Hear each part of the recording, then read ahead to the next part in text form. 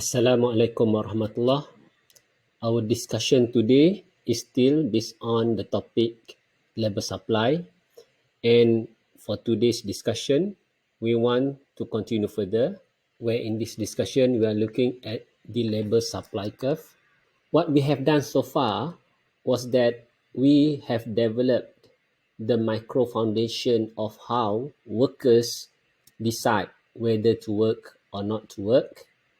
Once they have decided to work, we also have used the indifference curve and budget constraint analysis to determine the optimal hours of work and leisure.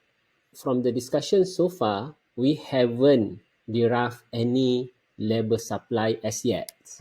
So when we say the labor supply curve, labor supply shows the relationship between the level of hours work and wage rate. Now we want to show how to derive a labor supply curve based on the utility maximizing problem that we have discussed earlier. Now let's look at this diagram. On the left side diagram, this is the micro foundation of the maximization utility model involving workers' decision. And from this analysis, we will then jump to the right side figure, which is the labor supply curve. Let's focus on the left side diagram first. First, let's focus on this indifference curve. And notice that this line tangential to the indifference curve at point E, let's say the slope of this curve as shown here is equal to $10. And given the wage rate $10, what happened is that the worker would spend all the non-sleeping time, which is 110 hours, for leisure, and therefore 0 hours of work. So moving to the right side diagram, now you see that at $10, which is this point, we will find that hours work is equal to 10.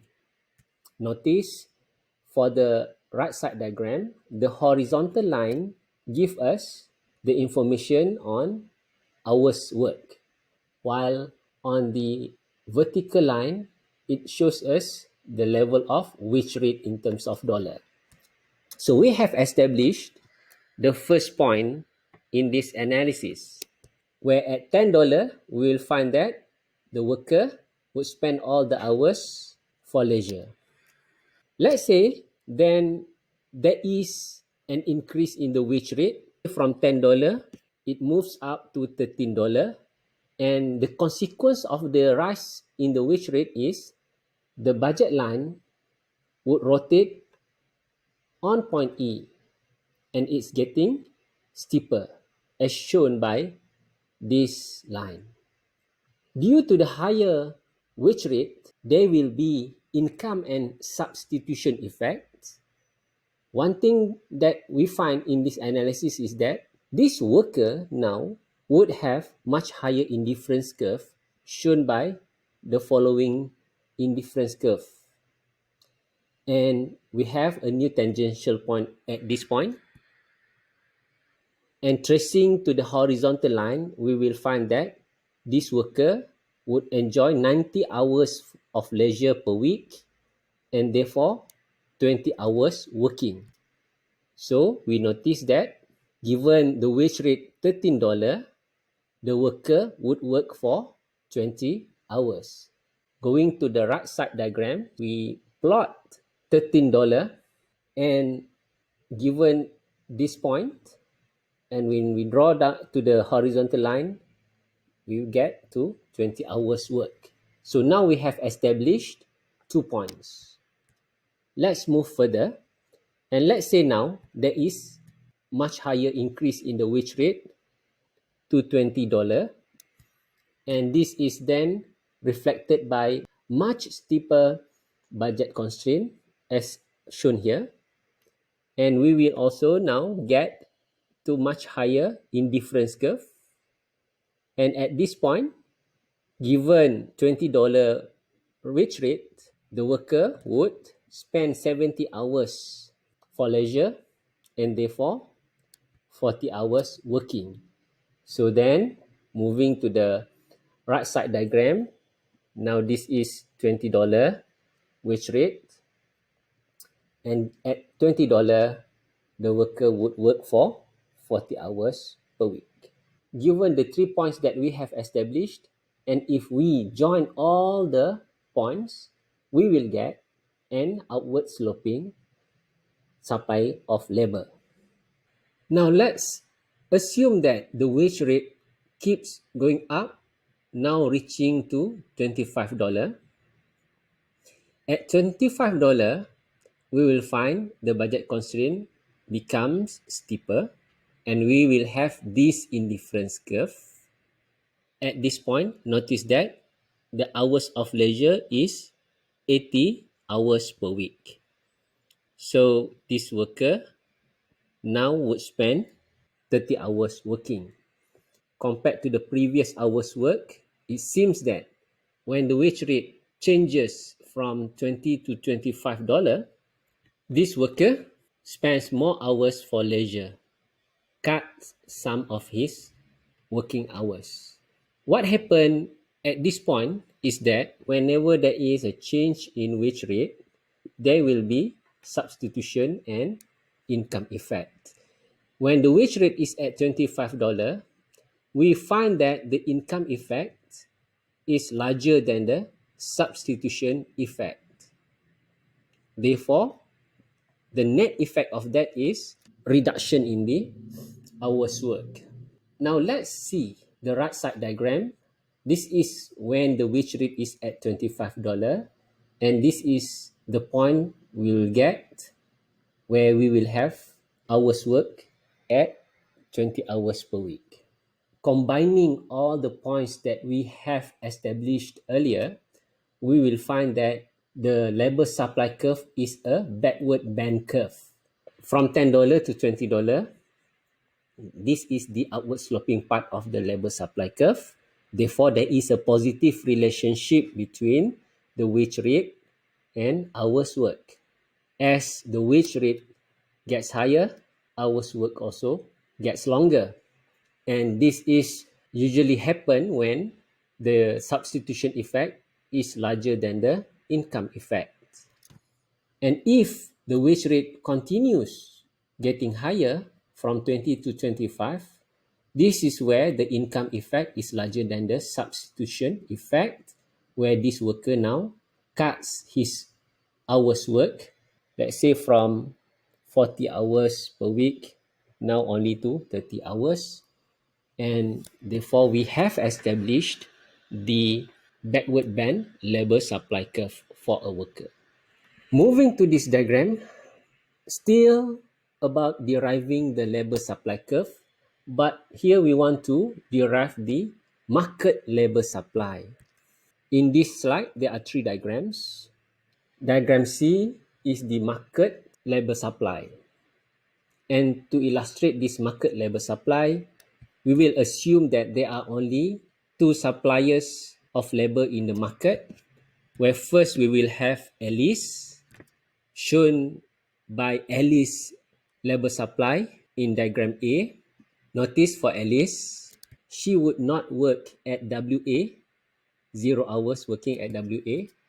For Alice, any wage higher than WA, you will find that Alice starts to enter the job markets and therefore working. Brenda would only starts joining the job market from any wage rate above WB. And when we add up these two diagrams, we will find that for WA until WB, this is just Alice's supply of labor, this range. And from WB and higher, let's say at this point, all right, this part of the labor supply are the combination of hours work of Alice and Brenda. So there is a horizontal summation taken place here. Therefore, this is the market supply of labor. That's very straightforward.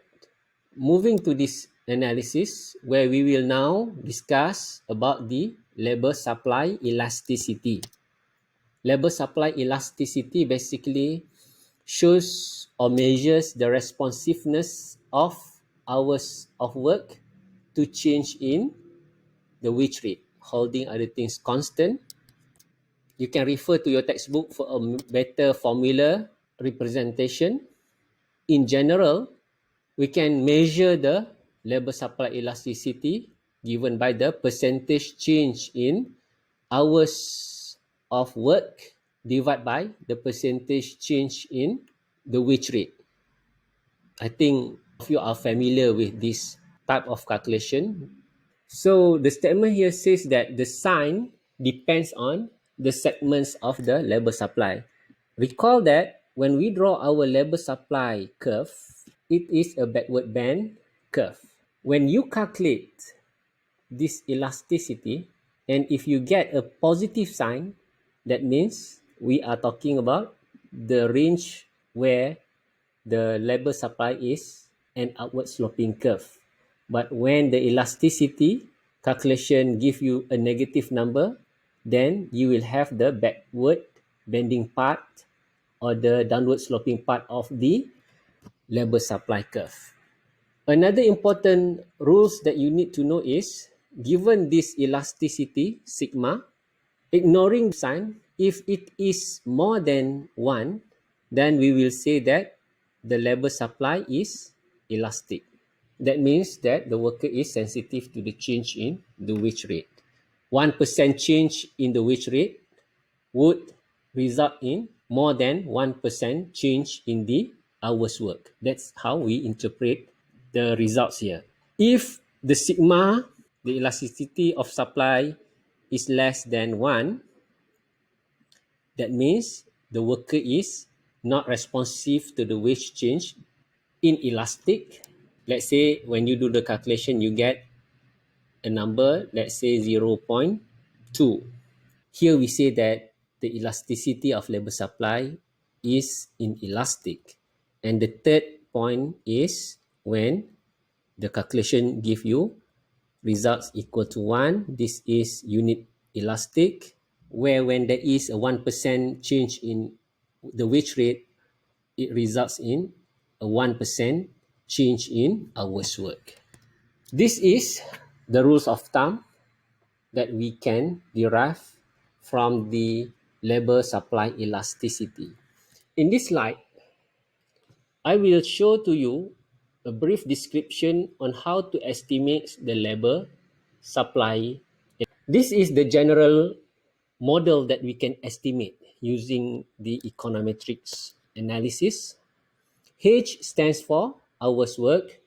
Let's say I to represent individual workers. So you can have I can be from worker number 1, worker number 2, and until, let's say, the last observation of workers that you have, let's say I, capital I. This is how we will denote when we write a paper to describe I. Beta is the coefficient that we are interested to estimate. W is the wage rate for the individual observation of I workers, plus theta is another coefficient that we are interested to estimate. V is our non-labor income of the I worker, and this is the error terms. So what we see in this model is that we say that hours work is explained by the wage rate, W, and also the non-labor income. Definitely, a good model will also capture many other possible variables. But this is just the very basic of the model.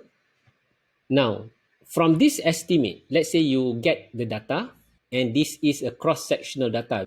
Let's say you have your Excel, and you start to collect the data involving many observations, let's say from individual 1 to I.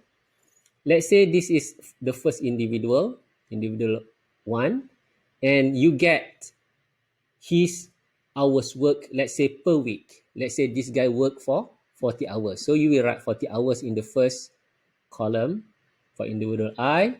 And let's say he would work 40 hours per week given the wage rate, let's say $10. And let's say for the first person, his non-labor income is 100. So this is how it will be written in your Excel spreadsheet for individual I. Okay. And title of the column is according to the following model as shown above. Now, let's say you have the second one, individual 2. Let's say he works only 30 hours per week. Given the wage rate, let's say $5 per hour. And then his non-labor income, let's say $200. All right. And so on. Let's say you have a lot of observations. Remember, usually when you want to conduct an econometric estimates, at least you need to have 30 variables. That's the bare minimum, the standard that you will always find people tell you. If you get less than that, your estimate will not be a reliable one. You can use any program to do the estimation here. Let's say you have 50 observations and you can get the estimate for beta and also theta. By the way, in this estimate, we ignore the intercept. We don't have the intercept. Let's say you get the beta coefficient equal to 0.05. I'm making up this estimate. Let's say the estimate for theta is 0.2 V. How do we read this finding? We can say that when there is a 1 unit change in the wage rate, hours work would change by 0.05. It's quite difficult to understand what's going on from that interpretation, right? Because we are using the original measure of hours work and wage rate. Much easier for the interpretation, and even better, I would say, is to change the hours work into a log form. For example, you can still have the same data, but you change this data into a log form. Let's say you change hours work. Let's say we have natural log of H is equal to beta natural log of W plus theta and natural log of V plus E. And please write the notation properly where I'm using my mouse pad, so it's very difficult. So all here we are talking about observation for I. So you should have a proper notation.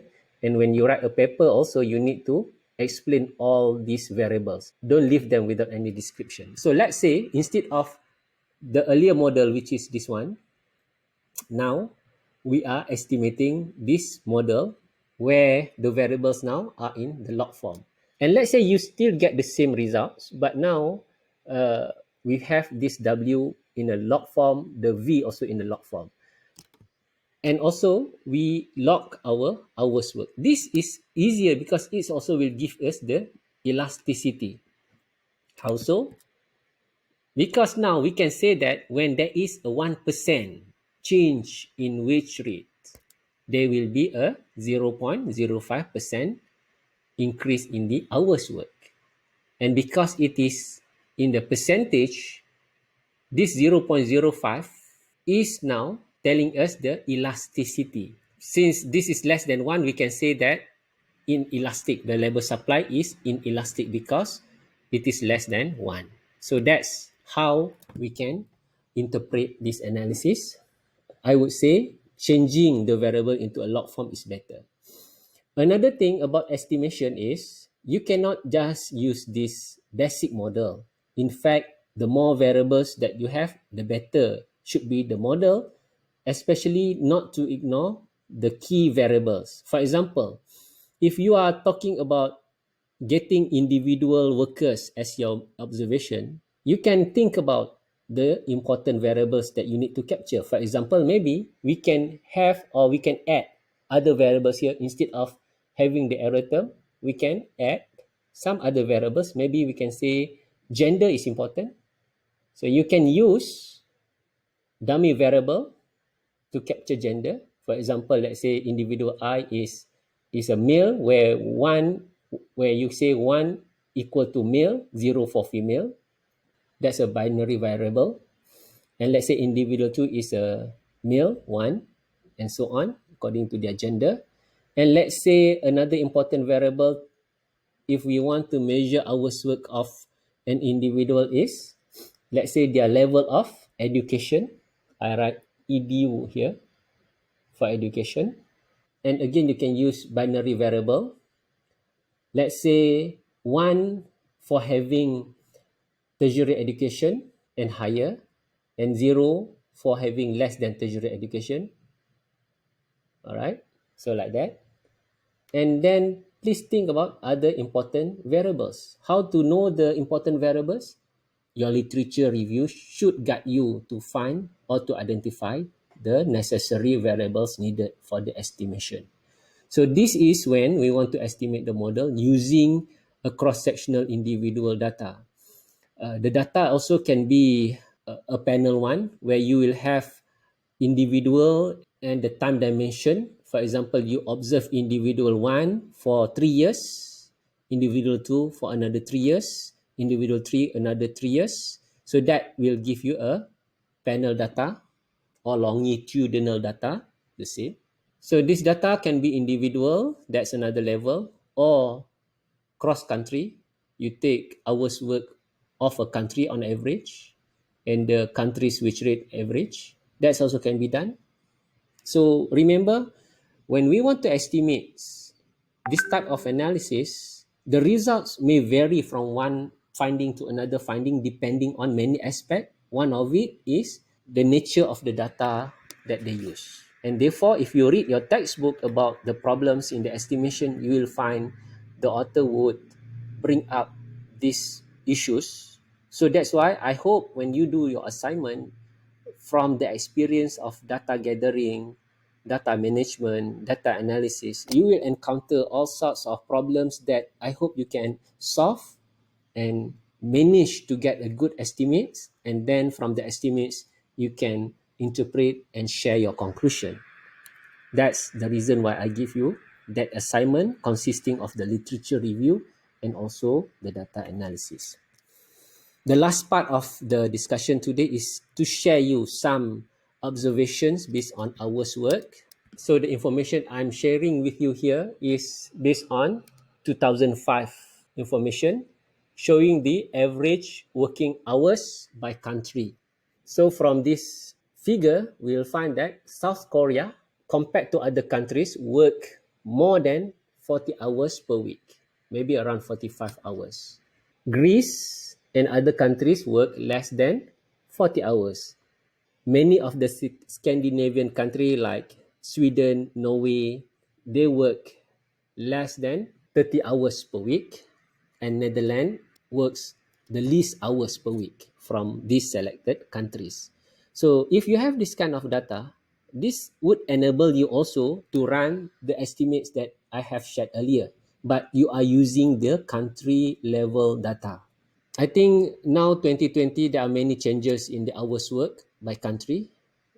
If you can get the data and share with the rest of the class, that would be good. So we all can benefit the information. Please share in the chat room, in the Telegram group. Over here is another information that I want to share with you. The average starting salaries of teachers in comparison to other professions in Malaysia. So the teacher salary is the benchmark salary compared to the other professions. For civil service teacher, they earn about around 2,750 per month. So this can also be related to my earlier discussion with you on the reservation wage. Given your bachelor degree qualification, would you join the labor market if you earn 2,750? So this is the average salary per month for teachers. And the highest from these selected professions is the civil service doctors, who earn 4,300 per month. And let's say you have your economic degree, which profession you are suitable to work in. You cannot be a doctor, you cannot be a lawyer. Yes, you can apply a teaching diploma and become a teacher. You will earn 2,700 with extra certificate of education plus your bachelor in economics. I don't think you can be an IT executives. Accountants, provided your degree is in accounting. Accountants, public service accountant would earn a starting salary 2,500. Maybe you are more qualified to work as HR executive, the least of all these professions, and that will give you a monthly salary of 2,500. The same with accountants. So inshallah, I will continue further the discussion in the next session on some policy applications of what we have learned earlier. Thank you. Wassalam.